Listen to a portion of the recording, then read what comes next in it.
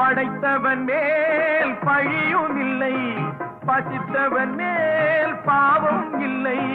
கிடைத்தவர்கள் பிரித்து கொண்டார், உழைத்தவர்கள் தெருவில் நின்றார். பலர் வாட வாட சிலர் வாழ வாழ ஒருபோதும் தெய்வம் பொறுத்ததில்லை. கொடுத்ததெல்லாம் கொடுத்தான், அவன் யாருக்காக கொடுத்தான்? ஒருத்தருக்காக கொடுத்தான், இல்லை ஊருக்காக